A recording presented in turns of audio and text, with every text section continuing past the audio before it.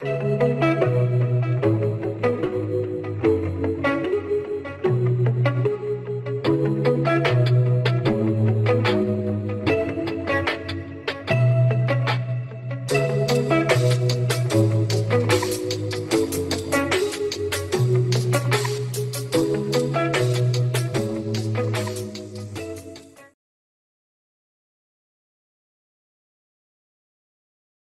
Deus abençoe a vida da sua família, que a presença do Santo Espírito chegue e alcance o seu coração e a sua vida em nome do Senhor Jesus. Estamos aqui mais uma vez, não é, Gabriel? Hoje com um dia diferente, exclusivamente só hoje, que é na quinta-feira. Quinta-feira. Poderíamos ter passado aqui online, direto na quarta, mas achamos melhor na quinta-feira. Estamos falando sobre o livro do Apocalipse. Tremendo o que nós estamos falando, não é isso, Gabriel? Dê um salve aí. Tremendo. Estamos falando, estamos, na verdade, empolgados assim, com o livro do Apocalipse e tudo que Deus tem falado conosco nesse tempo. Então, eu espero que você também em casa esteja empolgado. E é sobre isso que nós vamos continuar falando. É aquela dica que eu sempre deixo, papel e caneta na mão, as escrituras, para a gente poder se alimentar de tudo aquilo que Deus quer falar conosco nesse tempo. Amém.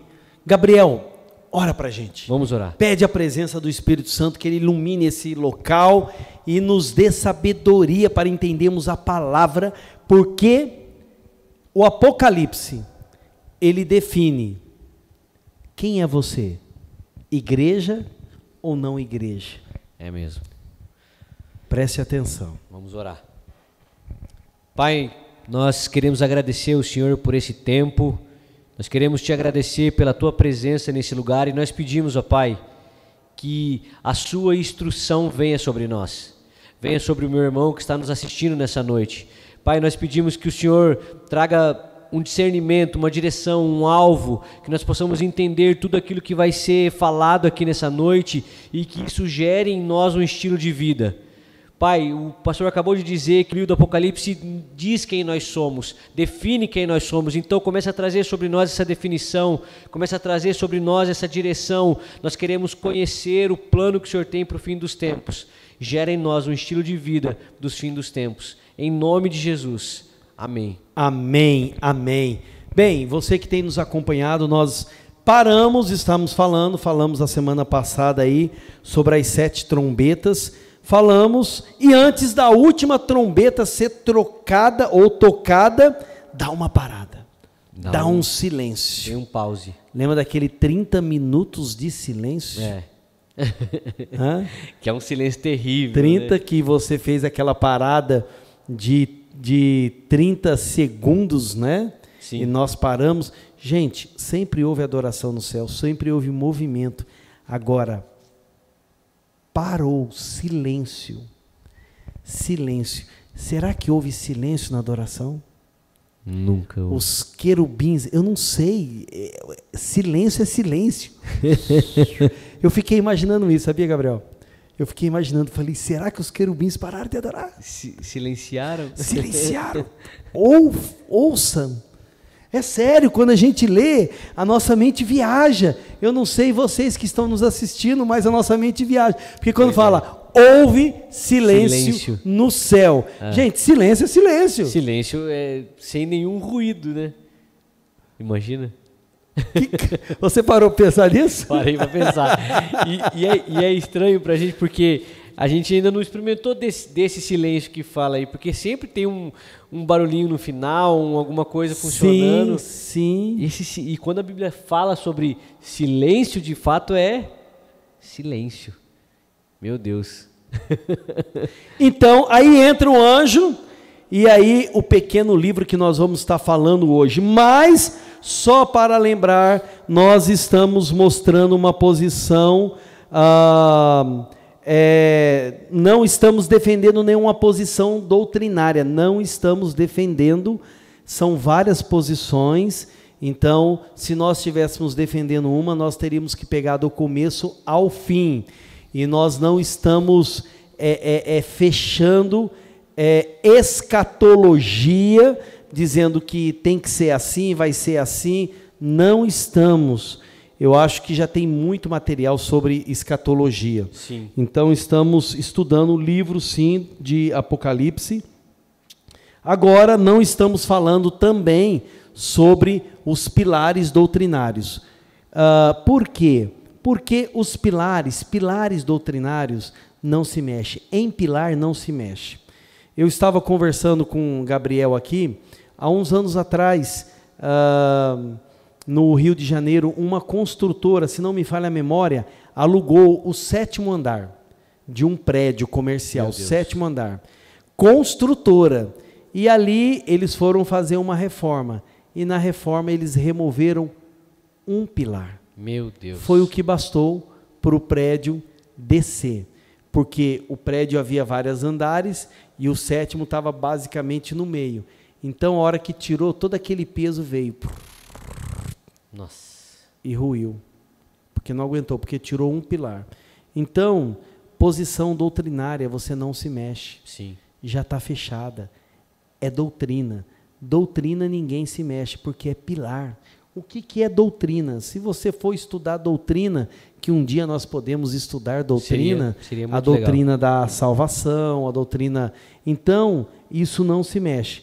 No livro de Apocalipse, não é? Pilares doutrinários, nós não vamos mexer. Por exemplo, Jesus vai voltar. Fato.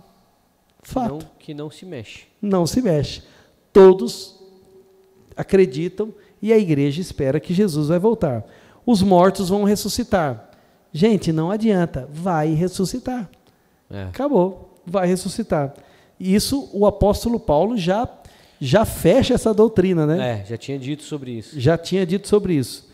Não é? E até Jesus também, quando chega lá para Lázaro, né? O que Marta e Maria dizem? Eu sei que nos últimos dias lá da ressurreição. Isso aí é doutrina. Não se mexe, não é? Um outro exemplo, vai ter o juízo final. É um fato também. É um fato. Todos vão prestar conta. É um fato. Vai haver juízo final. Outro, depois do julgamento, uns irão para a condenação eterna, outros para a bem-aventurança eterna. Não é? Outra doutrina, vai haver arrebatamento? Vai. Porque a grande discussão é quando vai acontecer, mas que vai acontecer, vai. Se é antes, se é no meio ou depois da tribulação, aí são vários pontos, né?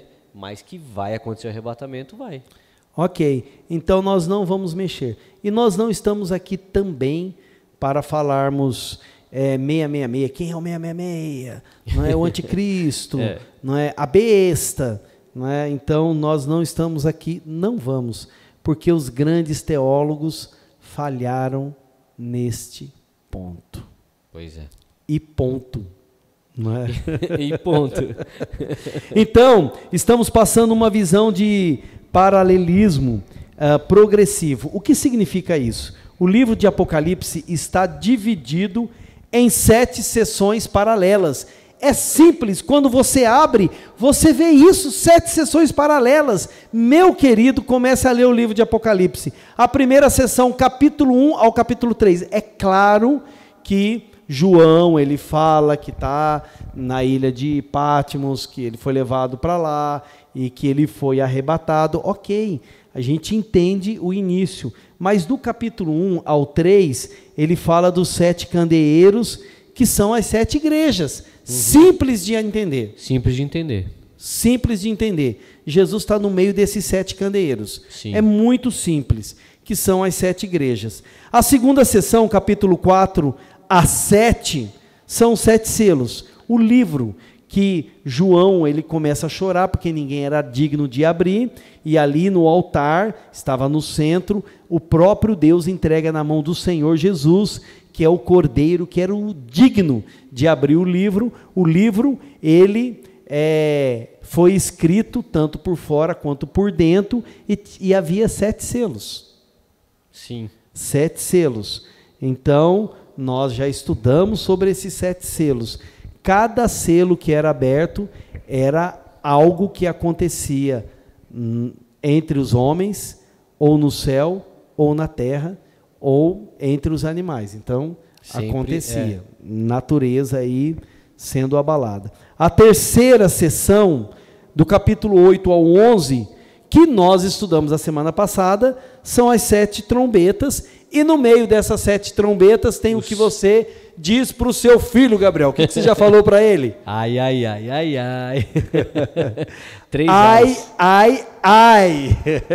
3 ais. Olha, você que é pai, quando você fala para o seu filho ai, é porque, ó... E quando ele fala ai, porque tá doendo, né? Não é isso? Tá doendo, é exatamente isso. Porque tá doendo. Então, ali no meio dessas taças aparecem 3 ais. E quando Deus, imagine, você que é pai, já deve ter falado ai para o seu filho, não é? Ou seu filho vem chorando ai. Imagine o ai de Deus. Não é? É realmente de doer, né? E de se assustar. Porque quando o pai fala ai, a primeira reação da criança é abre o olho, se espanta. E para. Muito bem, Gabriel. Você falou abre o olho, se espanta e para. Então, vamos entender. Esse é o tempo dela pensar se ela desobedece ou se ela entra pela disciplina. E aí nós podemos entender o quê? A ordem que nós ouvimos. Quem tem ouvidos, ouça o que o Espírito diz às igrejas. Quem tem ouvidos, ouça. Ai. A quarta sessão do capítulo 12 ao 14, o surgimento do quarteto do mal. Quem são o quarteto do mal? E ali nós vamos falar o dragão, que é o diabo, a besta que surge do mar, que é o anticristo, a besta que surge da terra, que é o falso profeta, a grande Babilônia, que isso é fácil de se entender, que é a religião prostituída ou a religião apóstata. A quinta sessão, que é do capítulo 15 e 16, as 7 taças da ira de Deus, que a gente vai falar sobre isso depois. E o sexto, a sexta sessão, 17 a 19, também, que é a queda do quarteto do mal, certo? Que começa a cair de trás para frente. Já viu? Os últimos serão os primeiros. Pior. Então cai primeiro o quê? Babilônia. Cai a Babilônia, depois cai o falso profeta, cai o anticristo e por último o diabo. Claramente. E a sétima sessão, que é o capítulo 20 a 22, o reinado das almas, a segunda vinda de Cristo, o juízo final e o novo céu e a nova terra, voltando para Gênesis. Uau! Esse nosso Deus é tremendo, nada foge do propósito de Deus. Exatamente. Isso é maravilhoso. O plano original voltando, sendo estabelecido de novo. Agora, eu quero só dar uma explicação. Por que sessões paralelas e progressivas? Porque em cada uma das sessões, uma verdade essencial aparece. Cada uma. Olha, a primeira verdade. Primeira sessão. Os candeeiros e a igreja. Sim. Deus vai julgar a igreja. É uma verdade. É uma verdade. Ele está no meio da igreja. Sim. Ele está no meio. Você vê que coisa interessante? Então, sempre, cada verdade do livro de Apocalipse, aparece Jesus julgando como juiz, como vencedor. Não podemos ler, olha, nem eu e nem você podemos ler o livro de Apocalipse como se saíssemos do ponto 0 e fôssemos até o ponto 7, numa linha progressiva. Não dá. Não tem como. Lemos como sessões. Não, e até se o leitor ele lê assim gradativamente, ele vai entender que vai chegar ali no capítulo 11 e 12, ele vai perceber que não tem ligação nenhuma, que o texto não tem uma crescente, não é uma história contínua. Você vê que para em algo no capítulo 11 e quando começa o 12, ele está falando de outro assunto totalmente desconexo do capítulo 11. Então você vê que ela não é uma leitura que você faz assim, início, meio e fim. Não é assim. Então por isso que é dividido por sessões. E é mais fácil de entender, não é? Quando nós lemos o livro sobre sessões, cada sessão paralela enfatiza o quê? Uma verdade. Isso. Entendeu? Qual é a verdade? Bom, uma sessão, o quarteto do mal. A verdade é que vai vir. Sim. Mas a verdade é que vão ser julgados. Cristo tem poder sobre eles. Não é? Então, cada sessão você vê a manifestação do poder de Deus através de Jesus Cristo. O controle absoluto dele, né? De Jesus. O controle absoluto de Jesus, e a gente vê assim que diversas vezes a gente vai ver salmos, cânticos, cantando a vitória e a supremacia de Jesus sobre os seus inimigos. Porque os inimigos eles se levantam por um tempo determinado e caem dentro do tempo determinado. Então, assim, a gente consegue ver a absoluta ordem nas mãos de Jesus e ele executando os planos que Deus colocou sobre o livro do Apocalipse. Exatamente. Olha, você vê que todas as sessões eles foram liberadas por ordem de Jesus. Sim. Por ordem de Jesus. Que é quando ele está ali, que ele é o cordeiro, né? Lá no capítulo 4, que ele é o cordeiro que pega da mão de Deus, o único digno de desatar os selos. Então é ele que pega e é ele que começa a abrir os selos. Então a gente vê assim a supremacia, a ordem que ele tem, né? O poder absoluto que ele tem. Exatamente. E nós paramos na quarta-feira passada, aonde houve o silêncio, aquela meia hora que nós falamos ali. Meu Deus. Silêncio, meia hora. O Gabriel falou, marcou 30 segundos, já houve. E olha, uma coisa interessante, Gabriel, quando houve 30 minutos de silêncio, eu fiquei imaginando, assim, na hora eu me reportei até o céu, falei, será que parou a adoração? Não é? Mas eu ouvi que hoje silêncio, não houve, todo mundo parou, mas a adoração no trono não para. Não para. Não para. Mas como se todo mundo congelasse ali. Pois é. Mas ficaram em silêncio. Mas os querubins, eles continuam na presença eu acho que, de Deus que ainda no altar. Nesse silêncio, é porque assim, a gente usa a nossa imaginação, né? Que são os olhos do fascínio. Na verdade, a imaginação ela é uma ferramenta importantíssima na adoração. E eu acredito assim que talvez o silêncio ele aconteceu verbalmente, não se falou nada, mas a postura dos adoradores se mantinham em adoração. Dobrado, quebrantado, as lágrimas descendo silenciosas, uma adoração sem fala, mas uma adoração que o corpo dos adoradores expressavam a adoração. Mas nós precisamos falar desse, que é o capítulo 11, que dá esse silêncio antes de tocar a última trombeta. Por que nós precisamos falar? Porque é algo que parou ali. E foi dado o anjo, ele chega com um livrinho. E ali vai aparecer duas testemunhas. Sim. Pregando. Tá vendo como é um paralelo? E ali, esse livrinho é dado para João comer. A gente tem esse paralelo com o Antigo Testamento. Vários profetas comem, né? Vários profetas. Então, a gente vê a palavra de Deus, que ela vem como mel. Ela é amarga no estômago. Ela é amarga no estômago. Que é o que é a descrição para João, né? Exatamente.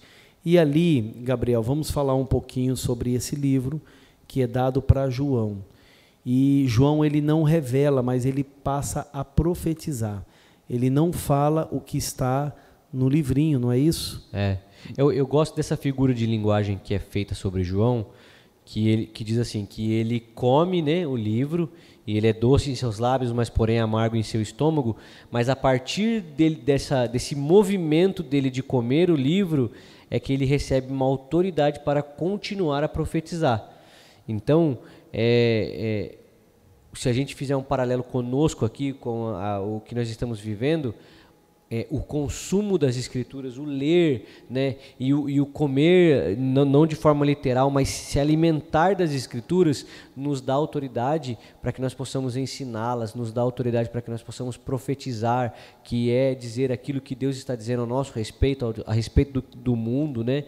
Então, assim, que nós possamos, a figura de João também, nos alimentarmos das Escrituras, nos alimentarmos da palavra, para termos autoridades para poder anunciá-la. Mas então, aí aparece essas duas testemunhas, sim, nesse meio do silêncio e dão ordem para eles profetizarem, certo? E esses dois profetas, vamos abrir aqui um pouco mais. Alguns acham que são os profetas mesmo, que são... Elias e Moisés. Elias, né? E Moisés. Outros acham Elias e Enoque. Elias e Enoque. É? E alguns acham que é um paralelo entre o Antigo Testamento e o Novo Testamento. Como se o Antigo Testamento fosse uma testemunha e o Novo Testamento fosse uma outra testemunha. Uma outra testemunha, sim, sendo pregada e eles se levantando, fazendo calar.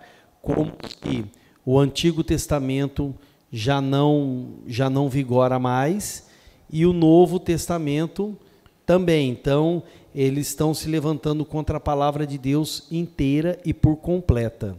Por completa. E alguns acham também que isso tudo vem desde do começo do surgimento da igreja, sim, que vem toda essa perseguição do espírito do anticristo até a encarnação do anticristo. Sim. Não é? Então, vamos entender isso. Pastor, é isso? Eu creio que seja Elias e Moisés. Não é? Eu creio que seja Elias e Moisés. Para mim, ela é a posição mais coerente assim com o todo, né? Pelo tempo, pela forma como fala e trata as testemunhas, fica assim mais evidente que está se falando de duas pessoas e não de uma figura de linguagem, como seria no caso do Evangelho, do Antigo, do Novo Testamento ou da era da Igreja. Então, assim, mas também o Antigo Testamento ele não morreu também. Não é como muitos falam, isso aqui era para Israel, já não vigora mais para nós que é igreja. Então, existe posições? Sim, nós estamos falando que vamos citar posições, mas é o que nós achamos. Ponto. É o que nós achamos. Sim. Não estamos defendendo, mas é o que nós achamos diante de tudo isso. Sim. Ok? Gabriel, vamos seguir para frente? Vamos lá. Bola para frente, irmãos. Então, vamos tratar agora da quarta sessão e a quinta sessão, juntas. Vamos ver se a gente consegue trabalhar com isso, Gabriel. Vamos lá. Vamos lá. E qual é a quarta sessão? A quarta sessão está no capítulo 12 e 14. O surgimento do quarteto do mal. Não é? O dragão, o diabo, a besta que surge do mar, que é o anticristo, a besta que surge da terra, que é o falso profeta, e a grande Babilônia, que é a religião prostituída ou apóstata. Interessante, qual é a mensagem central desse capítulo aqui? Está no capítulo 14. Abre aí. Vamos lá, 14, capítulo 14. Versículo 14 e 16. 14 e 16. Vou ler. Assim, aquele que estava sentado sobre a nuvem passou sua foice pela terra, e a terra foi ceifada. Ok. Quando se dará a ceifa? Sim. Vai ser ceifar, vai ser tirado, vai ser cortado. Certo? Na segunda vinda de Cristo. Olha a mensagem central disso aí. Entende como é paralelo? Um pouco antes de nós estávamos conversando antes, a gente conversa, eu e o Gabriel, se deixar, a gente vai aqui, não é? Vai que vai. O ensino judaico, ele era assim, ele começava a explicar o geral, depois o específico. O específico. O geral e o específico.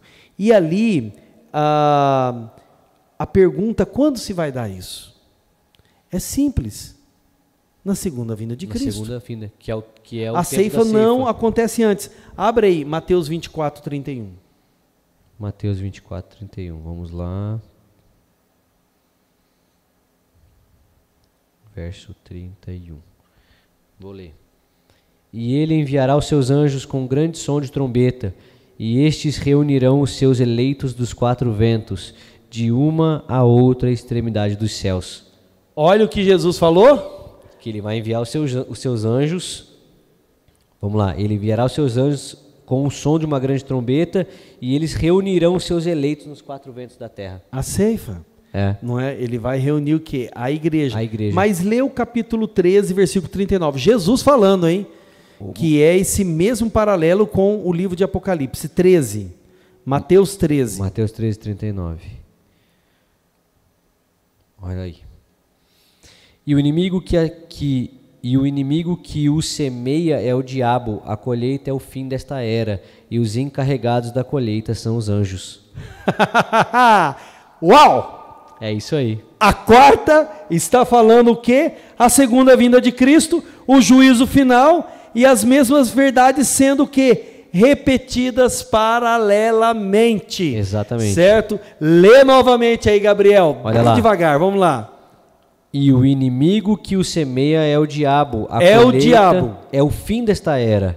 A colheita é o fim Desta da era. era. Acabou. E os encarregados da colheita são os anjos. Não é o que está no capítulo 14 aí, É a mesma coisa. não é? Capítulo 12 a 14. É a mesma coisa. O diabo, por que eu estou falando? Porque o quarteto do mal, quando começa a surgir o quê? Vamos falar assim, o dragão. Sim. O Que diabo. já é evidente que é o diabo. Que o próprio texto vai dizer, a antiga serpente. Agora, surge o segundo, a besta que surge do mar, que é o anticristo. O anticristo. O que ele vai fazer? O anticristo já fala. É. O que você acha? O próprio nome já diz, né? Engano. O diabo, o dragão, usa esses para semear. Lembra ali que Jesus falou? Aham. Aqui no capítulo 13, 39. Capítulo 13, 39. Exatamente. Jesus vai usar aí, o diabo vai usar o anticristo aí, certo? E o falso profeta. E o falso profeta. Então, o outro quarteto é o falso profeta. Qual a função dos dois? Gabriel, enganar. Anticristo. Então, isso que é interessante. Por que ele tem o nome de anticristo? Que ele é tudo ao contrário de Cristo, mas ele é uma tipologia. Ele é um Cristo falso, vamos dizer assim. Um falso Cristo. Um falso Cristo. E muitas pessoas, por não conhecerem as Escrituras, por não ter relacionamento com as Escrituras, se enganarão. E aí, o que é o falso profeta? Olha o nome já diz o que é, o falso profeta. O que ele vai fazer? Profetizar mentiras. Mas eles terão... Assim diz o Senhor, coisa que Deus não disse. Não disse. Não disse de maneira nenhuma. Então, assim, ele vai profetizar mentiras e as pessoas vão acreditar nessas mentiras. E o interessante que a gente está abrindo os olhos. No meio de tudo isso aí, ele vai profetizar para quem? Para quem é ímpio, para quem vai para o inferno, para quem já não quer saber de Jesus? Não. Tentando enganar a igreja. E é interessante que a quarta sessão, ela toca num ponto, e fique muito atento nesse ponto.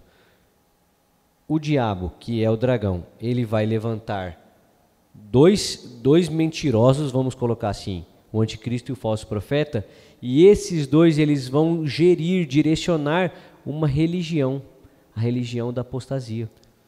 A Grande Babilônia. A Grande Babilônia, na verdade, ela é a consequência do anticristo com o falso profeta. Mas é a religião prostituída, apóstata. Irmãos, nós estávamos conversando um pouco sobre isso. Quem tem ouvidos, ouça o que o Espírito diz às igrejas. a religião apóstata.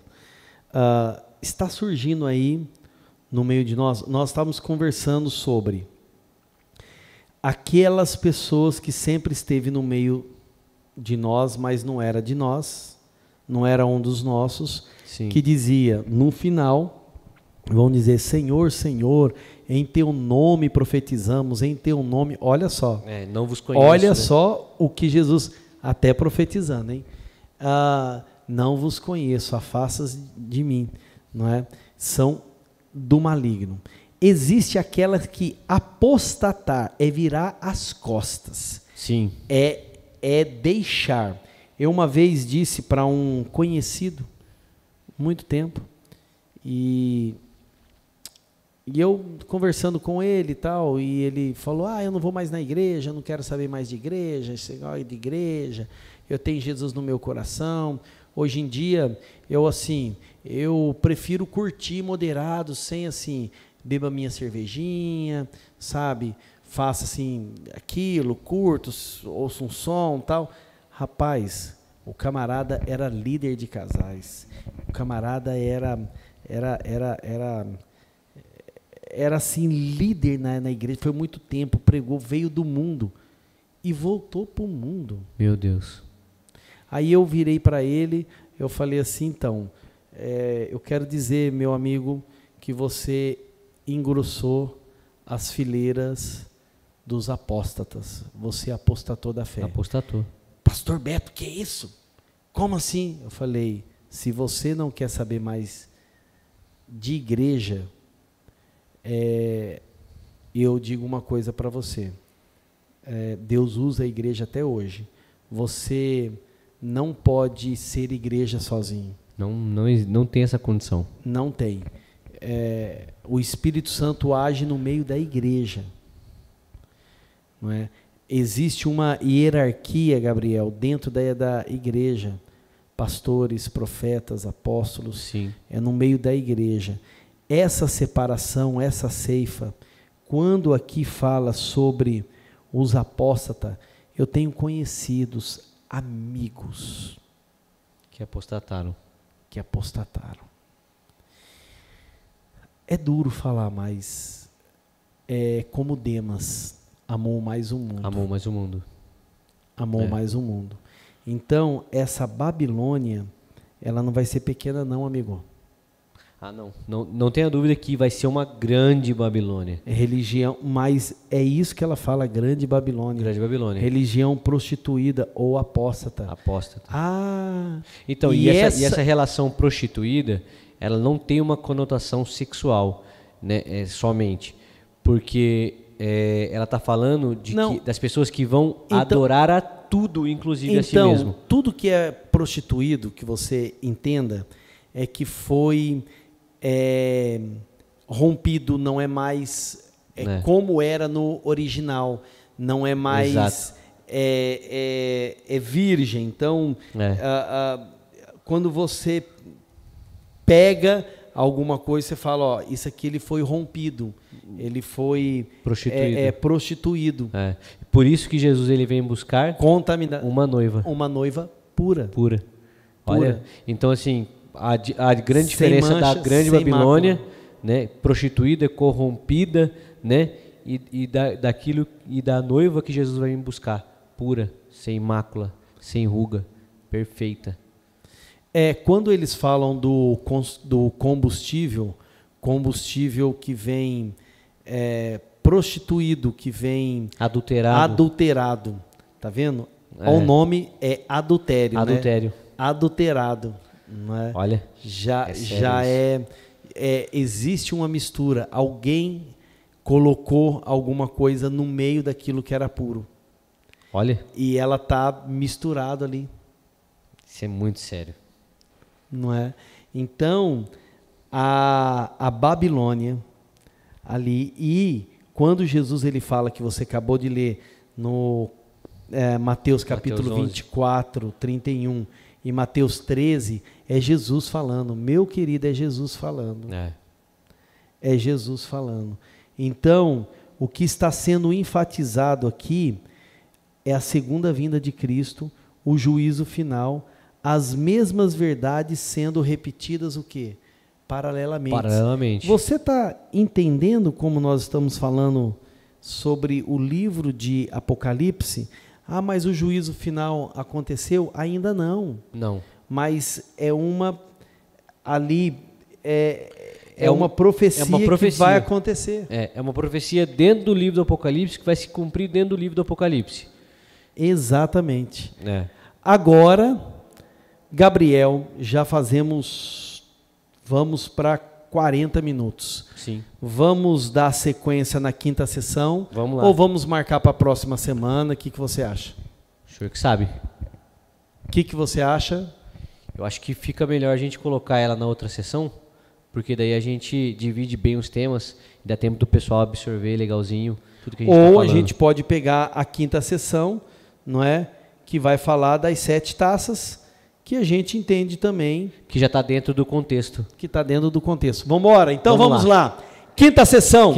Aí, pega o seu caderno, anote aí em nome do Senhor Jesus e vamos aprender mais um pouco. O que trata a quinta sessão? A quinta sessão vem do capítulo 15 e 16. São 2 capítulos que é fácil, que são as 7 taças da ira de Deus. 7 taças da ira. Vamos entender, vamos lembrar que no capítulo 8 e 11 fala das 7 trombetas.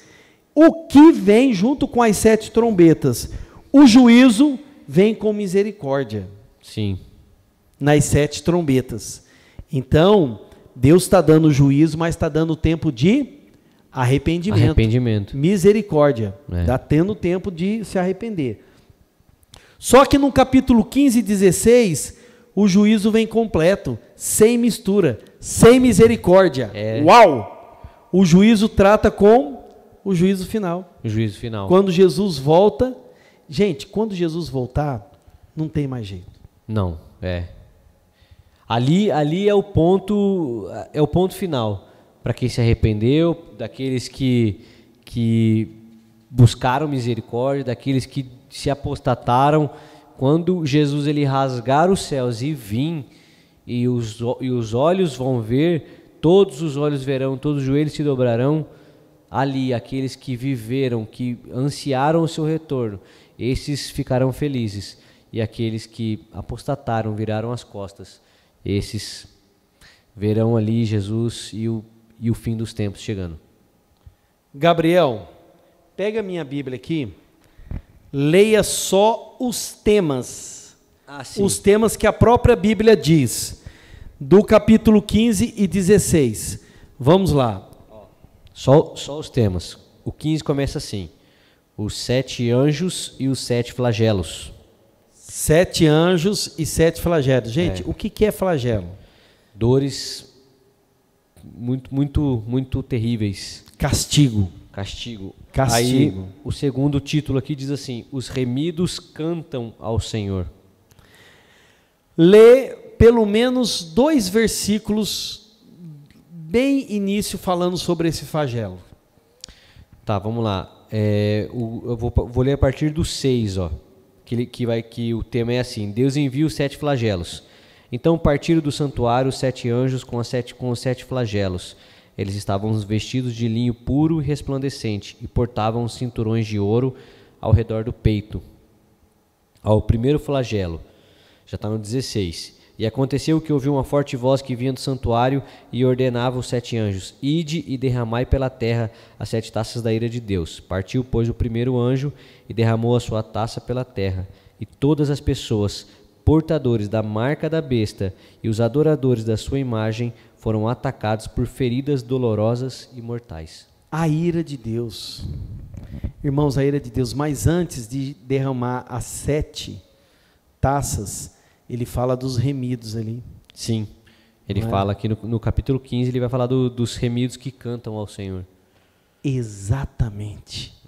Gabriel. E o que é interessante assim a gente tocar nesse assunto sobre as taças da ira é que elas têm um alvo, a taça da ira: acabar com o reinado do anticristo e do falso profeta.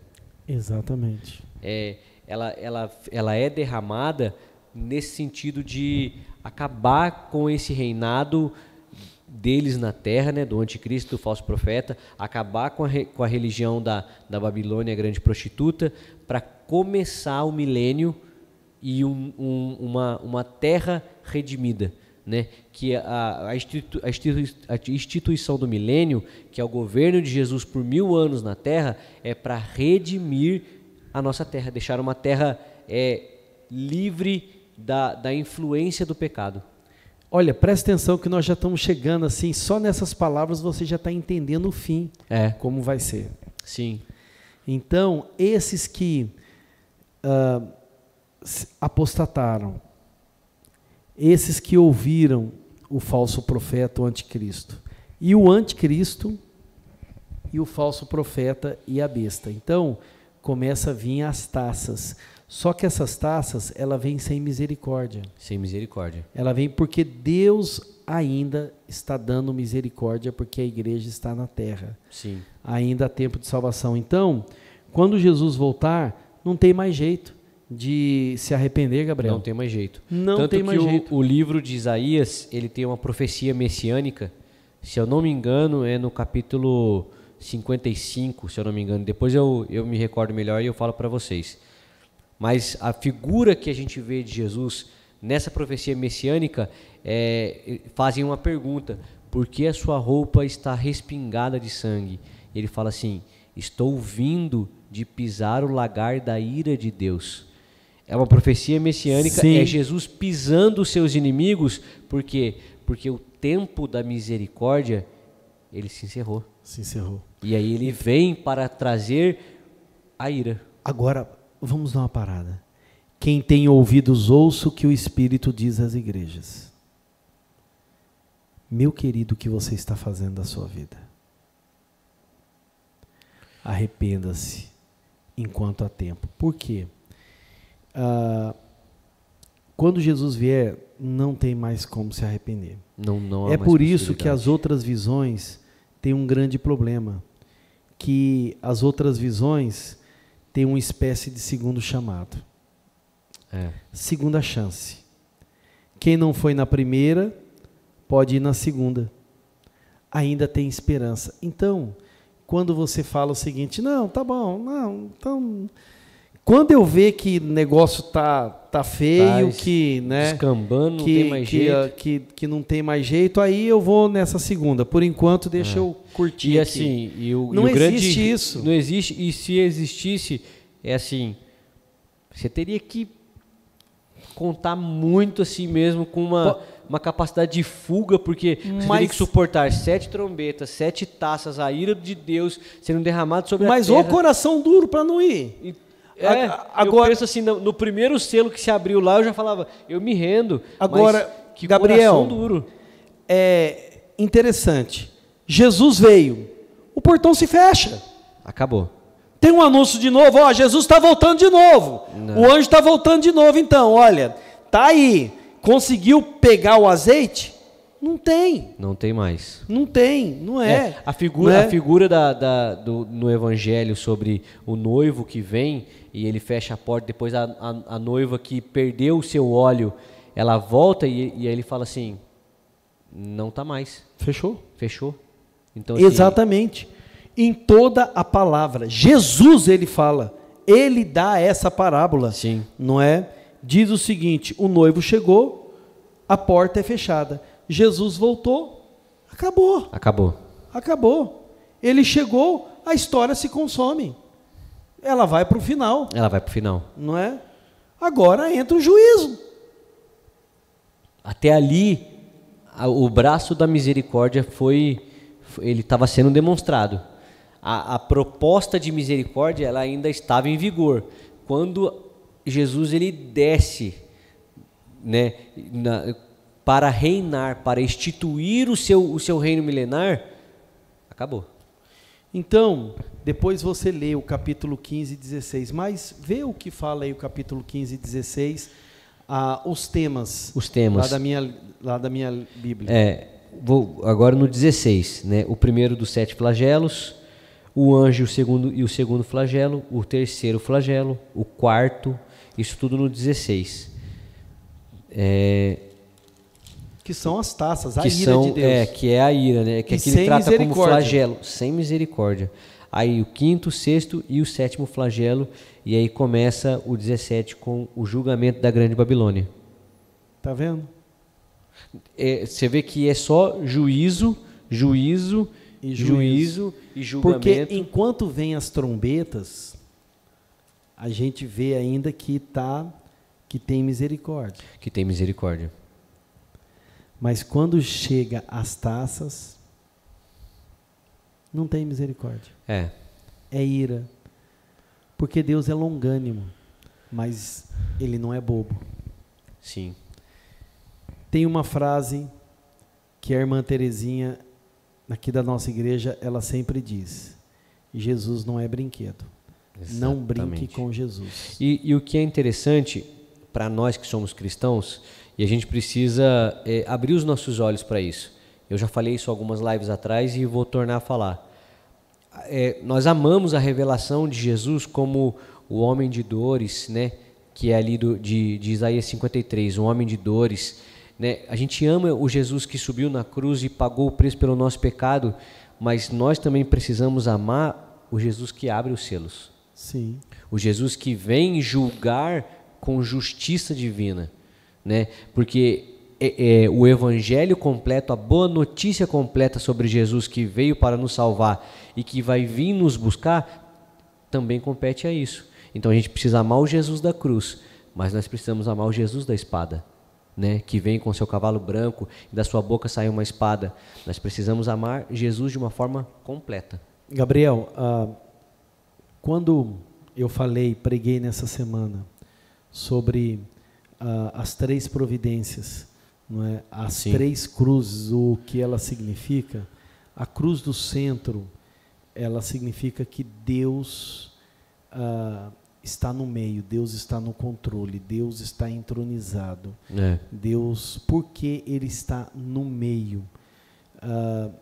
Aí eu falei sobre o quadro que representa toda a humanidade. Uns vão se arrepender. Sim. E vão para o paraíso com Jesus. Não. Outros não. Esse é o quadro da humanidade. Qual é o quadro da humanidade? Não é? 5 noivas, 5 virgens entram, 5 ficam. Aquele que está no campo, não é? Tem 2, um sobe e um fica. Há 2 senhores, há 2 construções. Como é que você está construindo a sua casa? Na areia ou na rocha? A que for na areia, ela vai ruir. Entenda o paralelismo que nós estamos tentando mostrar e está pegando, e é fácil. Você lê o livro de Apocalipse dessa forma, é muito fácil. E quanto mais se aproxima para o fim, mais fácil fica. Não, de entender. E mais fácil e fica mais empolgante, porque você consegue, você começa a vislumbrar o governo perfeito de Jesus, o governo perfeito de Deus, e você vê que o nosso Deus ele é imutável, porque lá no final nós vamos ver que ele volta para o início de novo. Um Deus imutável que não desiste do seu plano. E é aí que nós vamos falar a semana que vem. Certo? Muito bom. Essa volta que nós estávamos compartilhando um pouco antes. Então, irmãos se encerram aqui. Nós falamos sobre 2 sessões. Falamos sobre a 4ª e a 5ª sessão. Para você ver de uma forma muito simples, muito leve, muito fácil. Bem fácil de entender. Não entramos em escatologia, mas nós explicamos para que você entenda o livro de Apocalipse, como ele é maravilhoso, escrito para a igreja. Quem Sim. tem ouvidos ouça o que o Espírito diz às igrejas. Não é? Jesus, ele está no controle. Não é? Todo domínio, todo poder está nas tuas mãos, tanto no céu quanto na terra. E ele vai vencer. Aleluia. Ele não é aquele que está lutando grandemente, suando a túnica para vencer o diabo. Não. De maneira nenhuma. De maneira nenhuma.